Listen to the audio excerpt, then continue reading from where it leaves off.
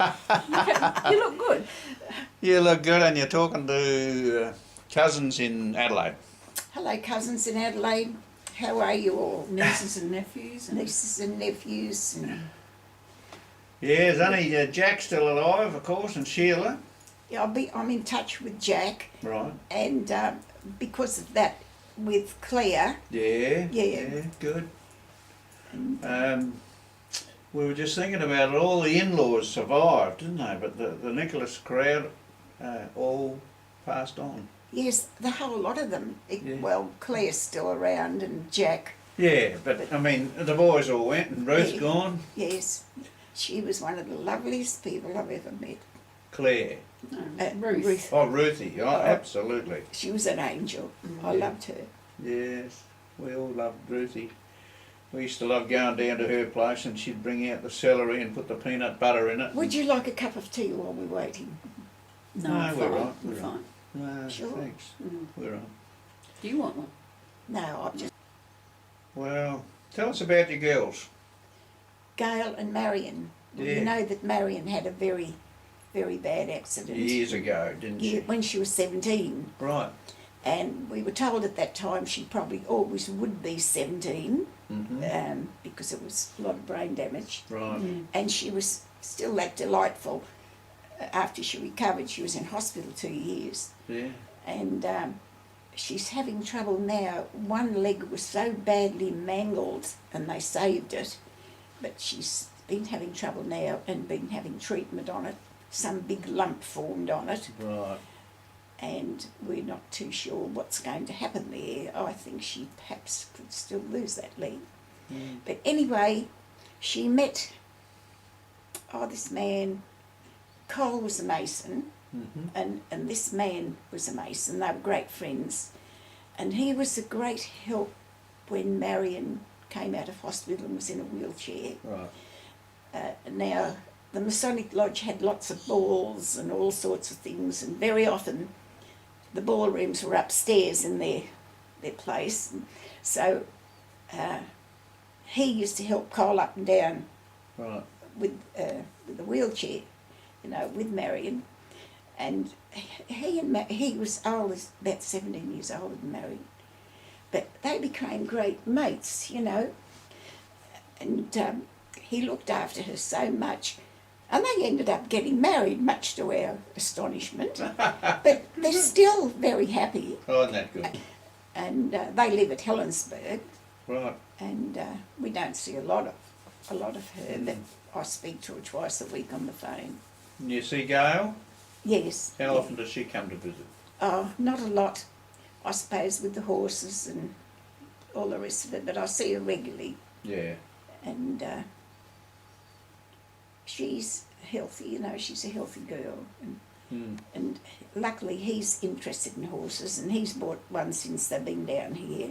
Good. He comes from Dubbo, Oh, okay. country boy, he's a Yeah. Navy SEAL, he was a Navy SEAL. So, That's great. mm, Now, you were in the forces in the earlier. Air Force. In the Air Force, was it? Yeah, What? How old were you then? I joined at 18. Yeah. I was very interested in the technical side of things because I had a father, he was a winding engine driver, not in the railways, in the mines. And I start to lose track after a while. And And you got into the Air Force. yes, I wanted to, when I turned 18, I wanted to get in the Air Force. Dad was very interested in cars as well, and he was a miracle mechanic, and he had the two boys trained, and much to my mother's disgust, I spent most of my life under a car. Ah. But I knew every bit of an engine and what it was for, why, what, the whole of the bit. Anyway, when they decided they didn't have enough men to go overseas in the mechanical fields, so they decided to try and train girls to do the jobs here. And I got off on the first lot, and I did my first half of my training in Adelaide, Mm-hmm. then the second half in Melbourne.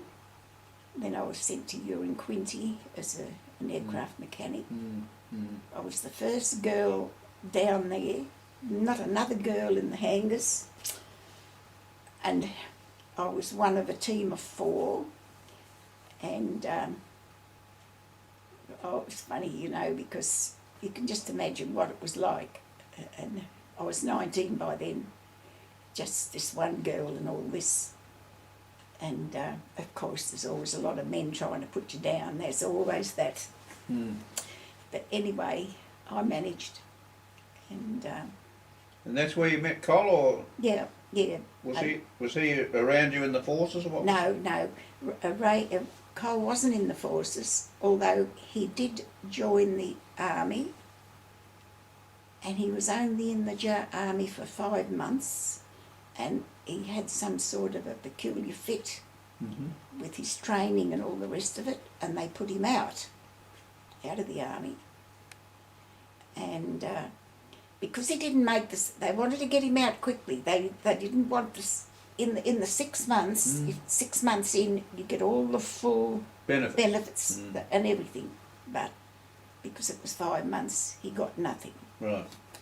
So And were you an Adelaide girl? no, Where'd you come from? Helensburg. Oh, you're a Sydney girl. Yeah. Helensburg girl. Yeah. And you went to Adelaide and met him there. Yeah. And then he came back to No, actually, I met him before I went to Adelaide. Oh.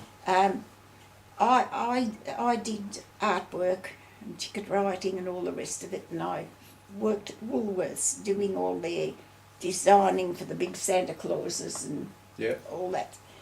And I met him. He was on the tobacco counter Mm-hmm. in Woolworths, Mm. and you know, used to go back and forward, and I rather like the look of this bloke, and anyway, because he was a particularly good-looking Yeah. man, Cole, and anyway, he was shifted out to Wynyard Woolworths, big one there, as head storeman. He was working there and used to work on the counter there at lunchtime Mhm. in the same place. And there was a big art department there, and I got a promotion and I went out there to work. And I met him again out at Wynyard in Sydney. Yeah. So we sort of became friends there, and then I ended up, you know, all over the place, and you know, it sort of progressed slowly from there. Mm. And how long did you always live in Helensburg? Yes, yes, I was born there and I lived there, and then when Colin and I got married, we lived 2 doors up from where there was my grandparents who'd migrated from Scotland, and then Mum and Dad lived in the house next door, and then there was a spare block on the other side of my grandparents, and Dad had always wanted to build a house. This is the mechanical bloke. Yeah. So he built a house on the other side, and that's where we lived for 59 years in our marriage. So did your dad build your home? Yes, Okay. he did. He Well, it built wasn't Colin, it was your dad. No, it was Dad. Of course, Cole assisted Yeah. wherever Dad What- told him to. What were your grandparents' names that came from Scotland? Kinnell.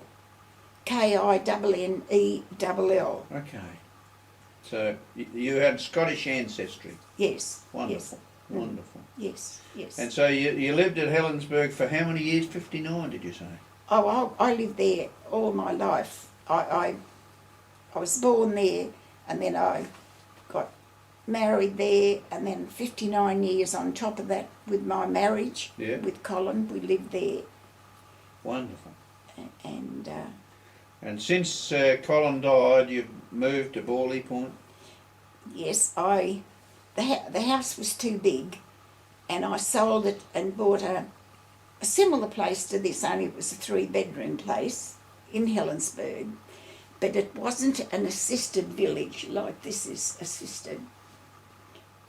And I lived there for 2 years, and then unfortunately I became ill and had to go in hospital and have a bit of me taken out.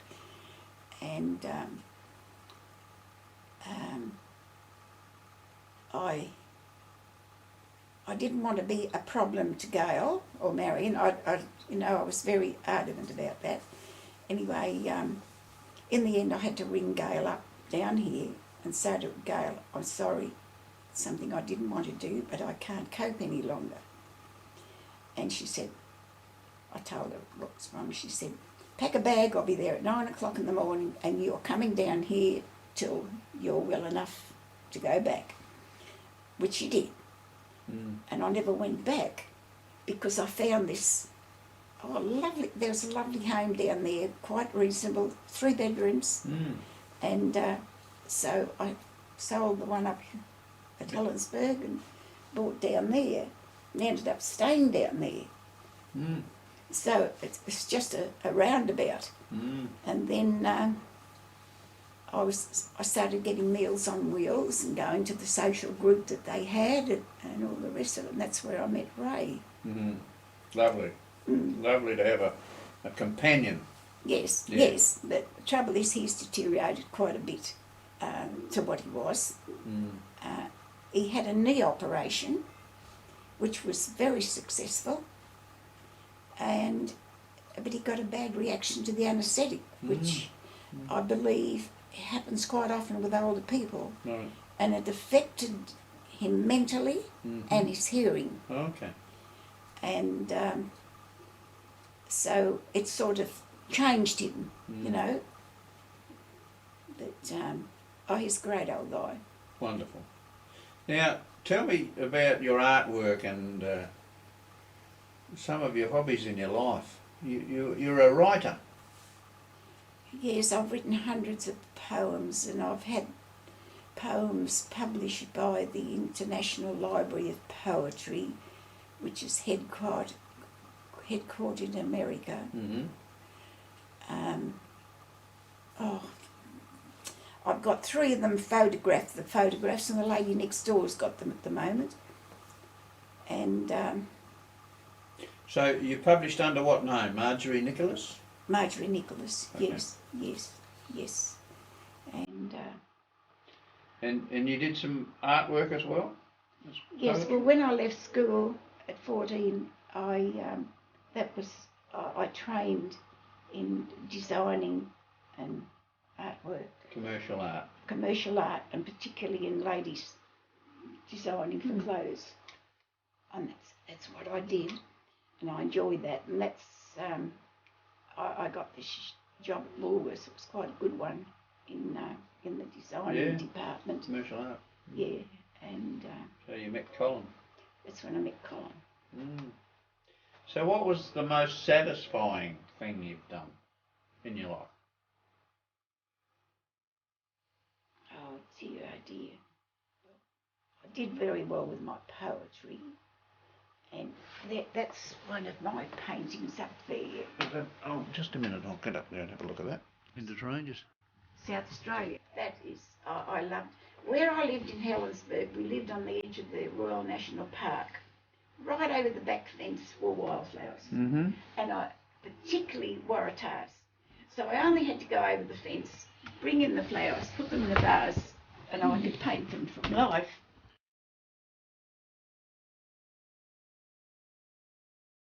Now, you can smile because I'm on camera.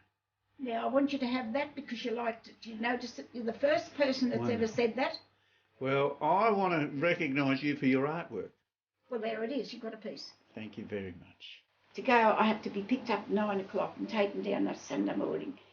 And it's very difficult for me to be ready because they come and bath me in the morning and get me dressed and all the rest of it. It's just too much. But Tony comes and visits us, and they appoint everyone that goes there a mentor. And I have this lady called Ruth, and she looks after us. She comes and checks on you. Yeah, she checks on me. Isn't that lovely? And when we can get to the church, after the church, there is a morning tea there up in the hall. Yeah. And it's very enjoyable. You meet all the people, and do you know they're a really lovely group of people. Isn't that good? They are nice people. That's good. Well, you're really settled. You've settled here, haven't you? Yes, we have settled here, and there has been a bit of controversy lately because physically I've deteriorated.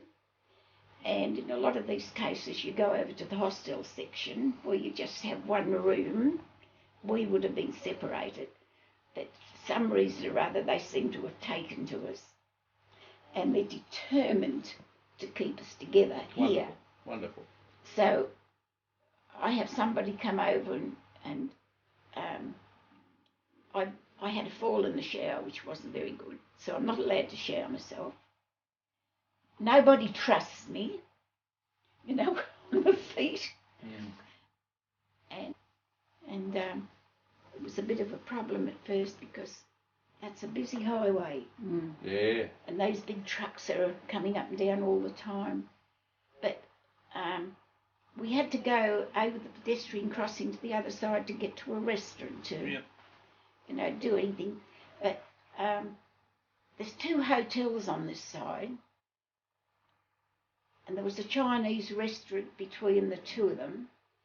And the one on this side, the hotel on this side, took over that Chinese restaurant. So we can just go out the gate and along the road to that first hotel and get a meal. We can get a meal there. We can go there today if you wanted. But I think you'd like to go to Ulladulla, to the golf club, and you're overlooking the beach. Town's nice. It is, it's beautiful.